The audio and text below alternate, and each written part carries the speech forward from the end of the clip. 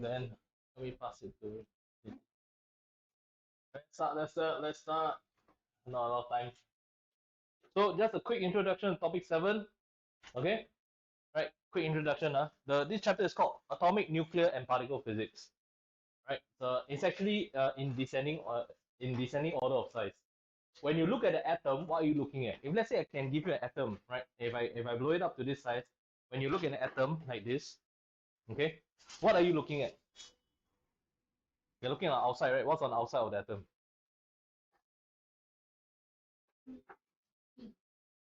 The electrons are. Yeah. So when we talk about atomic physics, we are technically talking about the electron. We're talking about the electron of an atom. Okay? Where's the nucleus? Right in the center, right? Okay. How small is the nucleus? Don't know, right? I give you a bit of a scale, right?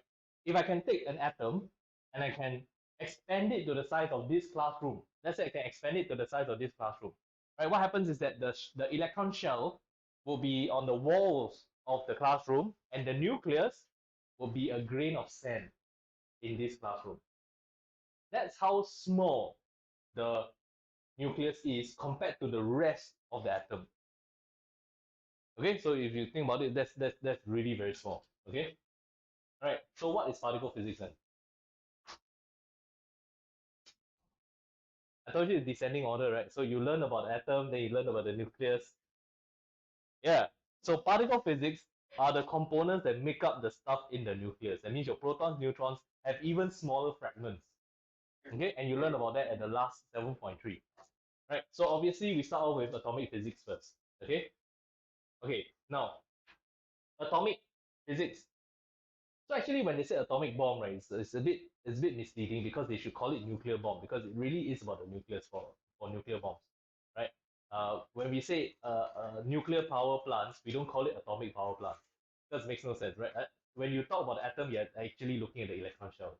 Give me the diameter of an atom. Give me the diameter of the atom.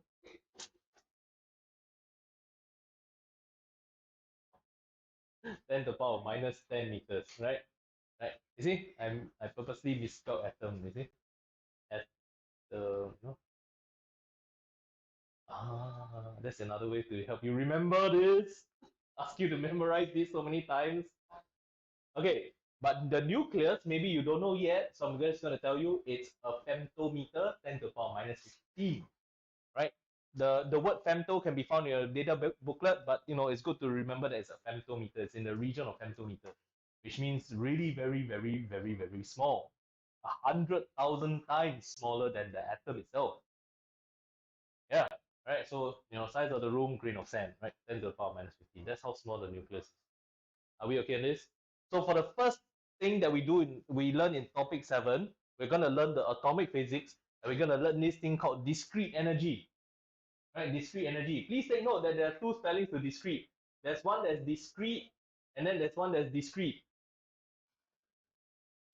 Right? It's double ET, and this is ETE, right? So the one that we are using today is ETE, right? Don't get the other one, huh? What's the other one mean? What does this mean? Huh? Yeah, yeah, yeah. Cannot be seen, right? Invisible, right? I think only the guys get it. Wait, she got it? What? Okay, she didn't.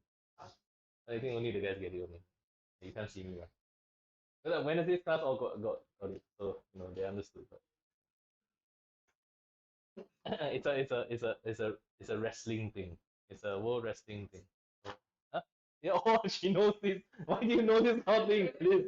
Why? Yeah, yeah, yeah, yeah, yeah, yeah. That's all the John Cena memes.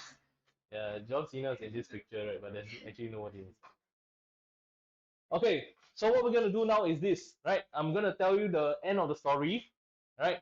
Then we will do a flashback. Okay, so before we start this understanding, how this chapter is structured, I'm gonna tell you the conclusion first, right? So this is like me telling you that Professor Snape is actually a good guy. Snape is a good guy, right? I hope no spoilers there. Ah, really? Oh no, you all know already, right? Okay, good. Right, there you go. So at the end of the end of the 7.1, you're expected to prove that this is true. All right. But I don't show you anything yet. I don't show you any of the experiments yet. So the first thing you do is you understand what we're looking at first. Right. So the conclusion is that an atom actually, yeah, I mean, we know that the atom is made up of a nucleus and its electron shell. Okay. But the conclusion is that the electron shell, right, the electron there, right, can jump up to different energy levels. So therefore, you're looking at all the different energy levels here. You see this? Okay. Right. You have an electron here right now. Okay. On the lowest energy level, this is when the atom is cold. When the atom is cold, when it's literally cold, like but cold meaning what? What kind of coldness? Actually, there's no temperature to it. Just say cold, never mind. Right. When the atom is cold, right, the electron is in its lowest energy level. That means the ground state. Right. Take note of this. Ground state n is equals to 1, not 0. N is equals to 1, not 0. Okay. Not 0. It's 1. Okay. Then this electron, okay, um, based on what the later on the proof and all the understandings, right? This electron can jump up to the next level, and then to the next level, and then to the next level if you give it energy. So this electron can jump up from level 1 to level 2, right? It can also jump up from level 2 to level 3, or it can jump up from level 1 straight to level 3, provided if you give the correct amount of energy. But what the electron cannot do is that it cannot jump between levels. That means you can't make this electron jump halfway and then let it jump up again later on. It's a do or die thing. It's a they would definitely jump up to the next level, not slightly above, not slightly below. If it doesn't jump up to that level, it will not jump at all. It will not excite. Right. The keyword is excitation. Right. So electron can be excited. Okay. In your textbooks and your notes, you will see this phrase, atomic energy levels are discrete. But we now know that when they say atomic energy level, what they really mean is the electron energy level. So when you're talking about atomic energy level, you're looking at the electrons and you're trying to figure out the electrons, what's the energy levels that it can jump up to. Are we okay on this? Right, so take note of this, like couple of questions. Notice that each of the energy levels, 1, 2, 3, 4, okay, has a energy value to it. Right? At the lowest state for hydrogen is negative 13.6 eV. What does eV stand for? Electron volt. What is it a unit of?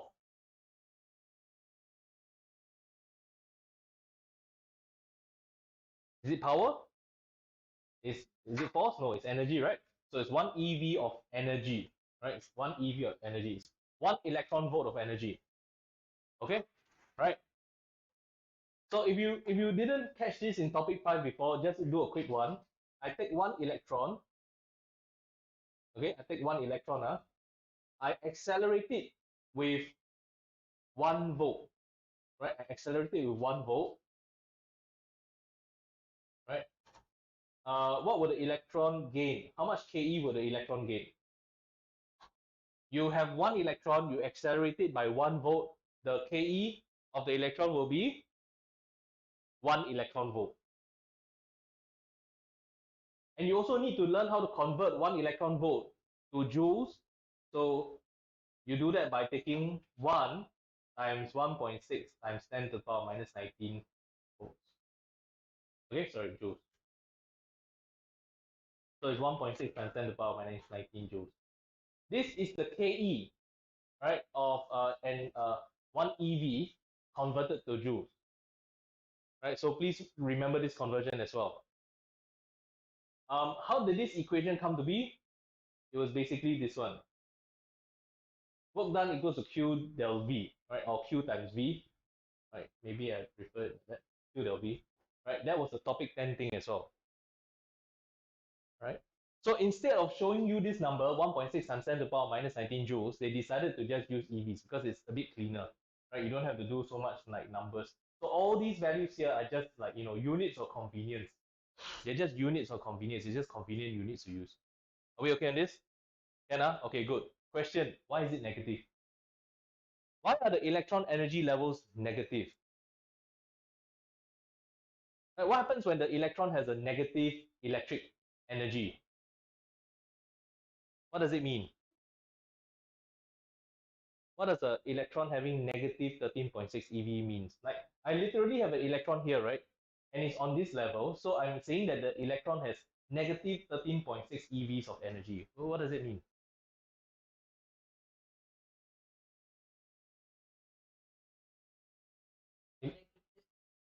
No, it's not it. That's not it. They did topic 10, this thing.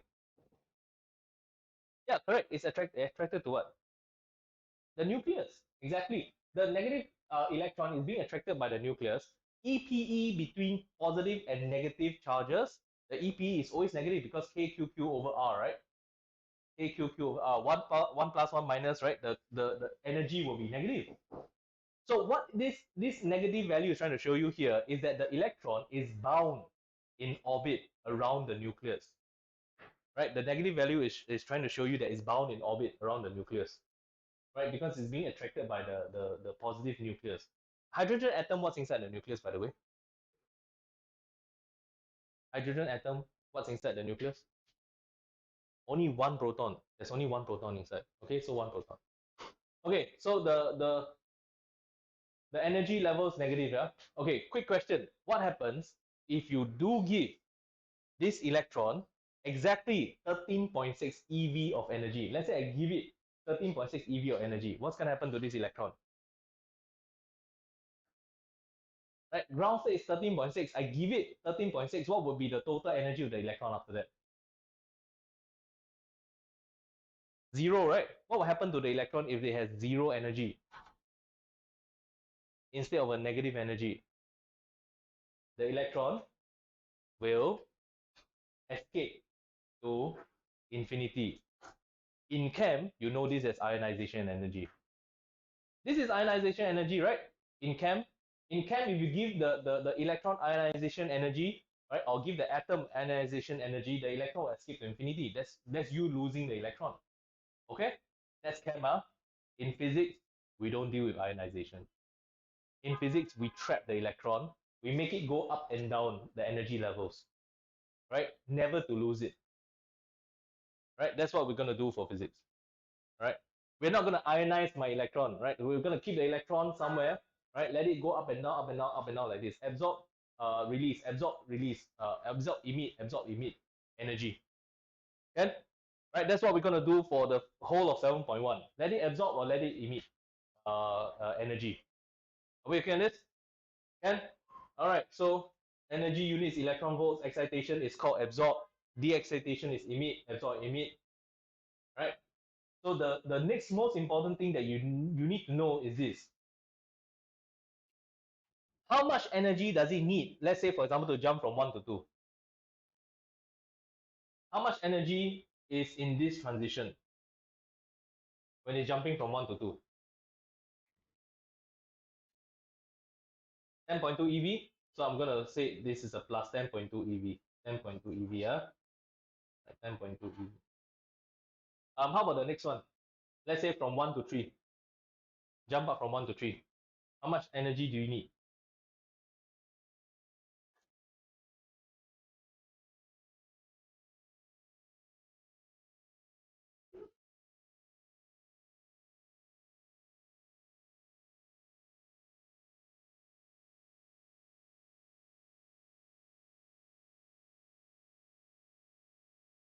No, no, no. From 1 to 3. Not in between 2 to 3. 12.09. Right? So if you wanted to jump from 1 to 3, it's 12.09. Only thing what you were saying that if you want to jump from 2 to 3, you need what? 1.89, is it? Yeah. Everyone got that? Okay, good. Okay, so I'm just showing you the numbers here. All right, the amount of energy absorbed or emitted in a transition equals to the difference in the energy level. So what you did was you took this number and this number, you found the difference. This is the difference. Notice how the energy levels, the energy is negative, but in order for it to jump, you need to add, so it becomes positive. So you add it, it becomes less negative. You got this? Okay, good. Then the next thing you also to take note of is, you see there's 1, 2, 3, 4, then infinity. The idea is that there's 5, 6, 7, 8, 9, 10, all the way to infinity, but we usually don't draw those. So all the questions that you do in physics, right, for the exams, is you either do the up to the fourth level or the fifth level, nothing more than that. Okay, but there exists all the 5, 6, 7, 8, 9, 10, 11, 12, all the way to infinity. It's just that you don't see it. They're too close to each other already. And are we okay on this? So do you understand the electron can jump energy levels now? Do you understand that the energy levels are like, like they have certain fixed values? Okay, and therefore when you transit between the fixed values, you must have a certain amount of energy like this. Now the big question is, how do you get them excited? How do you excite an electron? Huh? Yeah. So the next stage is understanding what are photons. Okay, what are photons? So we're going to learn what are photons. Okay. Now the key phrase is this: one electron will absorb one photon in order to excite. Okay, but the electron cannot accumulate photons. That means if you are the electron, you can only take in one photon at a time. Right? You cannot take in like two small ones. Right? You cannot take like five $10 bills and make a $50 bill, that sort of thing, right? No, right? You cannot take more than one photon, right? And in fact, the issue now is, what is a photon? So the proof of what a photon is, or that light exists as photons, is in topic 12. In topic 7, we don't learn the proof yet. So right here, right now, I'm telling you, you have to accept the fact that light exists as a wave and a photon. Light exists, light or EM, electromagnetic radiation, exists as waves and photons. They exist, like depending on the experiment, they will exist either as a wave or as a photon. Okay? Photons, by definition, are packets of energy. Right? Packets of energy. Pretty much like gummy bears. Right? Different colors, different sizes, right? Different amounts of energy. Okay? So they are packets of energy. So which is absolutely the opposite of what a wave is. Right? So in topic 12, you have to do this thing called, like, distinguishing between the differences between waves and photons. Okay? There are experiments in topic 12 for you to prove that light exists as photons. But we are not learning it here. Here, what you do is you accept that the fact that light exists as photons. Okay? Right? I'm not going to show you the proof yet. Right? Not yet. Okay? So what do waves do that photons shouldn't be able to do? What do you learn in topic 4 and 9? What do you learn in topic 4 and 9 about waves? What can waves do in topic 4 and 9? Diffraction, interference, polarization, right? Single slit, double slit, diffraction, all those, right? Okay, so those are wave-like behavior, right? Superposition, wave-like behavior.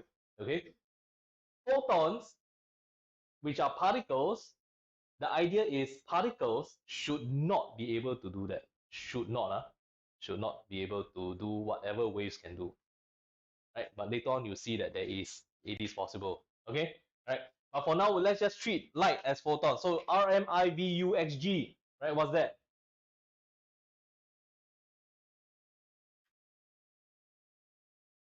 Yeah, the entire EM spectrum. Okay, right? Which one has the highest energy in the entire EM spectrum? Gamma. Why does gamma have the highest energy in the entire EM spectrum? Because it has the highest frequency. Very good, right? It has the highest frequency, right? So you have this thing called a spectrum here. What's a spectrum? The professional word for the rainbow. Okay, so this is under your visible light spectrum. So this all belongs to the visible light spectrum here. What I'm trying to show you here is this: for every one red photon, For every one red photon, right? I want you to compare it to one violet photon. Do you notice the difference in the size? Right? What does it show you? This shows you that a violet photon has more energy than one single red photon. Of course, you can gather a bunch of red photons, like as many as you want, and then you can compare it to only just one single photon, one single violet photon, and say that hey, the red light has more energy, right? But that's not a fair comparison. You want to compare photon to photon. You understand this? Okay. So the whole idea is this, the electron can only absorb one photon at a time. The electron sitting outside the atom, right, swirling around, orbiting, right? When you have photons coming in, it can only absorb one of the photons in order to excite. Right? It cannot accumulate photons. It cannot take like, one ray and then another ray, another ray like this. It cannot. The electron cannot do that. It can only absorb one photon at a time. Okay? Right? Likewise, when the electron has been excited, the next thing it does is that it de-excites, right? Just like giving a kid sugar. You give him sugar, he'll run around, right? After that, he will, right, crash down, right? Okay, right? So he'll emit like energy, like in that sense, right? So there you go, right? It will emit a photon. Okay, so far, can Okay, good.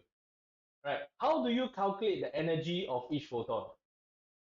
How do you calculate the energy of each photon? So the energy of photon, the equation is this: E equals to hf, right? E equals to hf. So if you have the frequency of the light, you can calculate the energy of that photon of light, right? H is Planck's constant or Planck's constant, right? It's just a number that you can find from the data booklet, nothing much. But if you know the frequency, but here's the problem. I don't think any of you really memorize the frequency of these waves. What did I ask you to memorize the last time around? The wavelength, right? So let's start with the wavelength. Give me the wavelengths of the four wavelengths I asked you to memorize. Starting with microwaves. Microwaves is 1 cm to 1 meter, right? I've done this in topic 4, and I told you that memorizing those numbers are going to be important for topic 7 and 12, right? That's why I'm showing you here now, right? Okay, if I have a wavelength that's 2 meters, what kind of wave is it? 2 meters, what kind of wave? Radio waves, right? Radio waves has the longest wavelength. So microwaves is 1 cm to 1 meter. If I have a wavelength that's 0.5 cm, what wave is that? It's a microwave. Sorry, it's an infrared. Sorry, it's infrared. Okay, good. What are the other numbers I asked you to memorize? 400, 700. 400 is who? Which color? Okay, good, right? So this is 700 nanometers. Red is 700 nanometers, while violet is 400 nanometers. The shorter the wavelength, the higher the frequency, the greater the energy, right? So you can see that when you want to calculate the energy of one violet photon, you will take hc over lambda, c being the speed of light, right, in vacuum. So you take c over lambda, you get an F, right? Okay, what's the other number I asked you to memorize? What's the other wavelength I asked you to memorize? X-rays is what? 10 to the power minus 10, which is the same as the diameter of the atom when we started this lesson, 10 to the power minus 10. X-rays is 10 to the power minus 10. X Roman numeral 10, 10 to the power minus 10. Are we okay on this? Right, so I asked you to memorize all this, right? Okay, I'm gonna ask you this. If let's say, for example, I give you a wavelength, 100 nanometers, what kind of wave is that? 100 nanometers, what type of wave is it? 100 nanometers. Ultraviolet, right? Because 100 nanometers is shorter than 400 nanometers, so it will be ultraviolet. Are we okay on this? Okay, good. So therefore, right, what do you learn in this stage? You learn that the electron can only absorb one photon at a time. Okay, and when it emits, it will emit one photon at a time also. With like it emits, it absorbs one photon in order to jump to one level. You okay on this? Yeah. And then you learn the energy of photon, how to calculate the energy of photon based on the wavelength hc over lambda. Do not confuse the electron and the photon. At some point, at some point, I had some students in previous years that they start saying things like the energy of the electron can be calculated with this. Wrong. This is energy of photon only, right? Or they say things like the photon is excited. right? They say things like the photon is excited. Is the photon excited? No, right? Who is excited? The electron is excited by doing what? By absorbing a photon, right? What is a photon? A packet of energy. So the electron absorbs a packet of energy to excite to the next energy level. Are we okay on this? Anna, so what is white light? What is white light?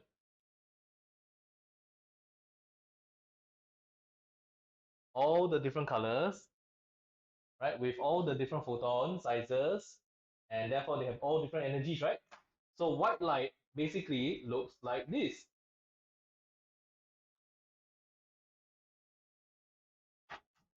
One gigantic stream of balls, right? Multicolors, looks like a fashion disaster, right? You got the red photons, you got the yellow one slightly bigger, the orange one, no, the orange one, then the yellow one slightly bigger, then the green ones, then the blue ones, which are even bigger, indigo and violet. What?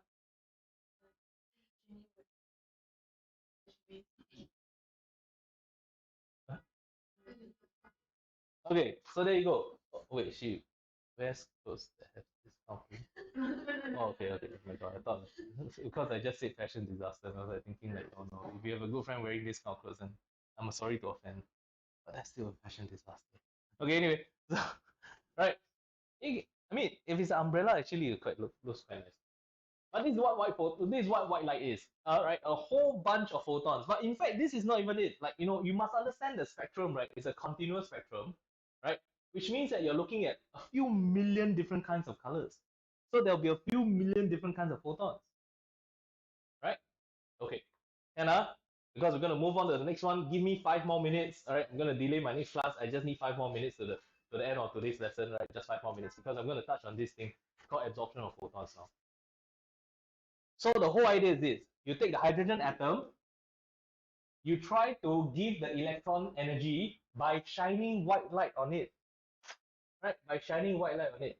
Why white light? Because white light contains all the different kinds of photons.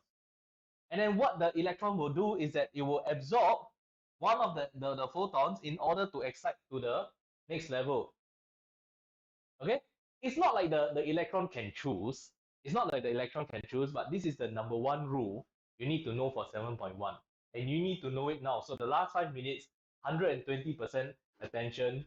Okay? Alright?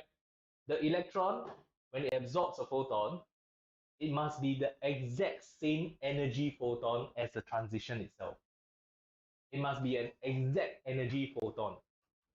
Just now we calculated this to be 10.2, right? 10.2 EV. Okay? So I will tell you this. What happens if I have a photon that has 10.3 EV of energy? Will the electron absorb this photon? It will not, because the rule is that it must be the specific exact value. So there have been some misconceptions where students think, oh, I absorb this 10.3, right? I need 10.2 to the next level. I absorb 10.3, I got some leftover energy. Right? Then they think that it's okay. It's not a minimum amount. It's a specific amount. Right? The electron can only absorb a 10.2 photon if it wants to jump from level 1 to level 2. It will not absorb anything else. 10.1, it won't absorb as well. And it's not like the electron can accumulate, right? What did we say just now? The electron can only absorb one photon at a time. Here's the thing, but you do have a 10.2, if it jumps over to the level 2, it can absorb another one to jump from 2 to 3. Every transition requires a specific photon. Every transition requires a specific photon. Okay on this? Right? Every transition requires a specific photon. So if you go from 1 to 2, it must be a 10.2 EV photon. If it goes from 2 to 3, it must be that. How much was it? 1.89 EV photon. If it goes from 1 to 3, then the photon must be 12.09 EV, right? Anything slightly more, anything slightly less, the electron will not absorb. Okay? Right, I'll give you an example. This one, in order to absorb this one, this is a 12.09, right? 12.09 EV. I will ask you this. What happens if I have a 11 EV photon, 11 eV photon, will it be absorbed?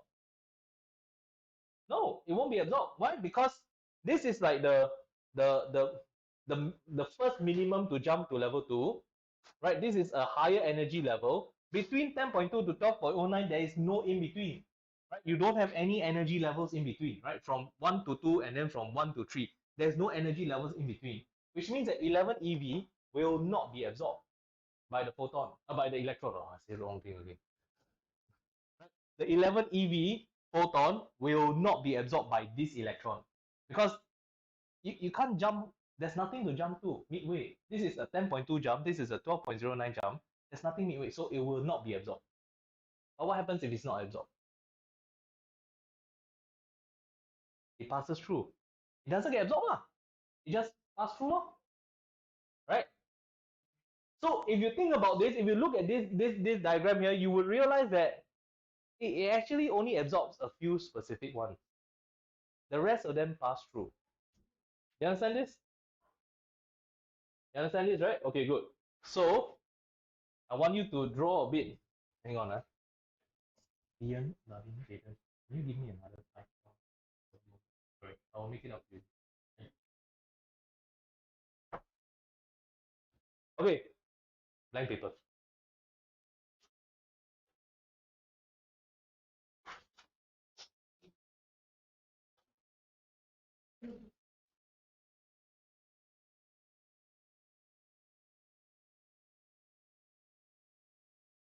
Okay, hot light bulb. Sorry, hot light bulb. What's the point of me telling you that there's a hot light bulb here? What's a hot light bulb?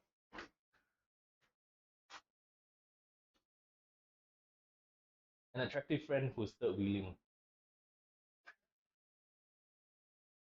That's what a hot light bulb is. Okay, no, the whole point is a hot light bulb produces what color kind of light? It's hot, right? So based on topic A, which most of you should learn, when something is very hot, it tends to be what in color? White, right? It's white because I'm not saying that white means hot. I'm saying that oh oh shit, you just throw shit on him. Oh man. Okay, right. Hot is white color, right? Just like the sun. The sun is white in color. Yes, it is. If you go out into space, the sun is white, right? On Earth, it's yellow because of the atmosphere. Yes, right. Because the sun is very hot, it produces Roy G. Biv. Compare that to the glow of charcoal, burning charcoal when it's glowing, right? What's the color of that glow? What's the color that it emits? Orangey red, right?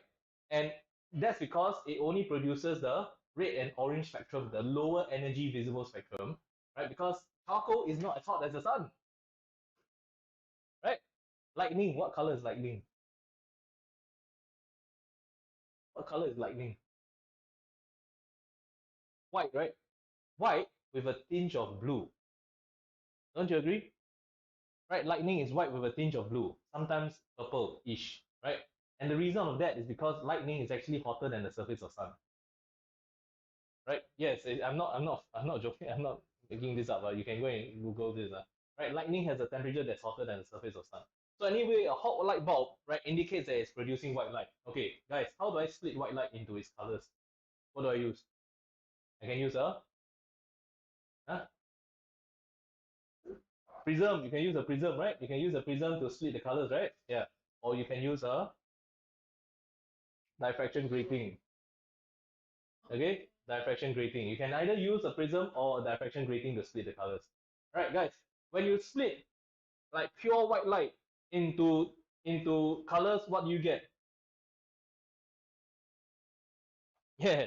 What's the professional word of rainbow? You get a spectrum. Okay, you get a spectrum, which is this one here. Right, you get a spectrum, which is this one here on this side. I'm sorry, I don't have a color printer. Right, maybe I can print out this in stickers for you and then they get you to paste them next time. But white light through a prism will give you a spectrum, will give you Roy G. Biv.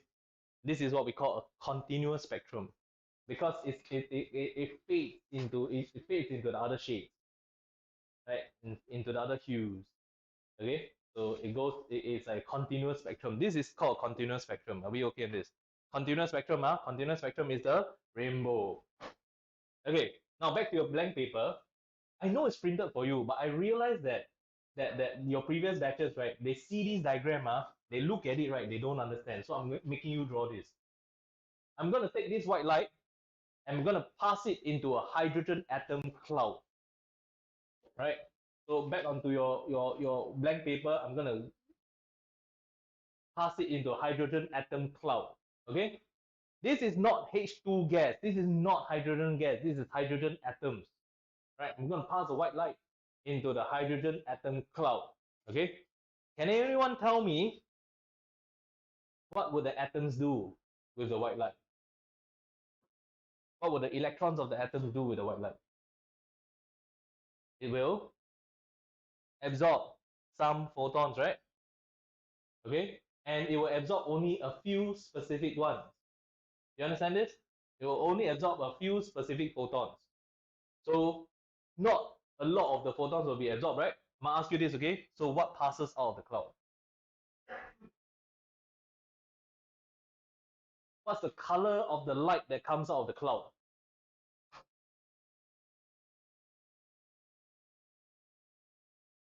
Of the entire spectrum, the hydrogen atom electrons only absorbs a few specific ones, right? So what will be the color that comes out of the cloud? It will still be generally white, right?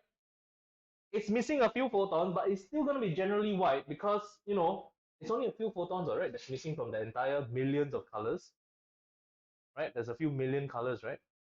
It's a continuous spectrum. So, white light, you absorb a few, it still looks whitish. But what will happen if you go and put a diffraction grating to it? What would you see on the screen? You understand what's going on here? What will you see on the screen?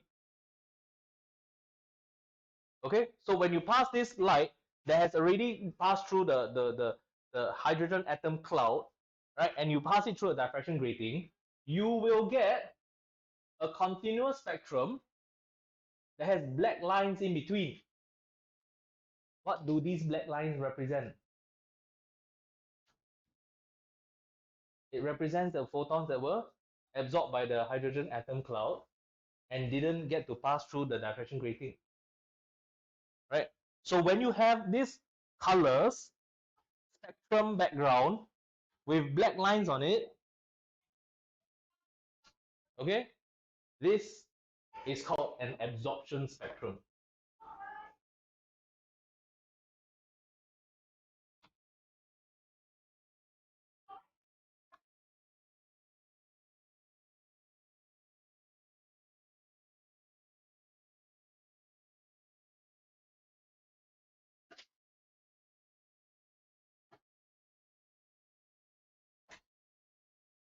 So you know what absorption spectrum is already? Okay, right, I'm gonna stop here. Right, I'll continue because the next lesson, right, then I'll explain to you how this was the proof to the first slide, which was the conclusion. Like, I will explain how this became the proof. You need to explain that for 3 marks. Right? You need to explain how this shows the proof for the energy levels. Okay, I'll do that next lesson. Right? Finally aligned a bit more. Sorry, thanks for staying back the extra 10 minutes. I was trying to align the classes. Like there's always a 5 to 10 minute misalignment. Okay. So you want to come on Monday or Wednesday or the next Sunday? Yeah.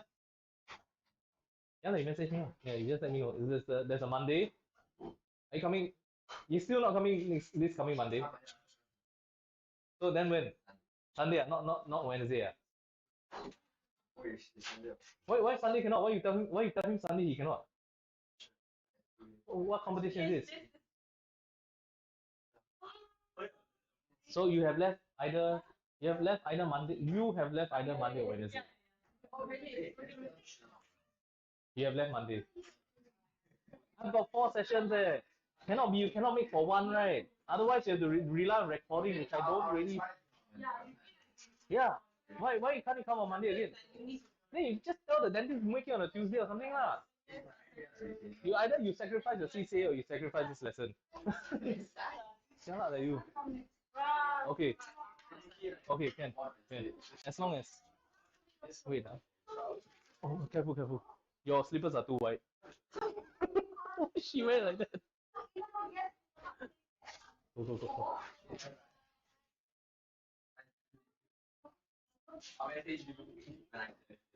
Okay.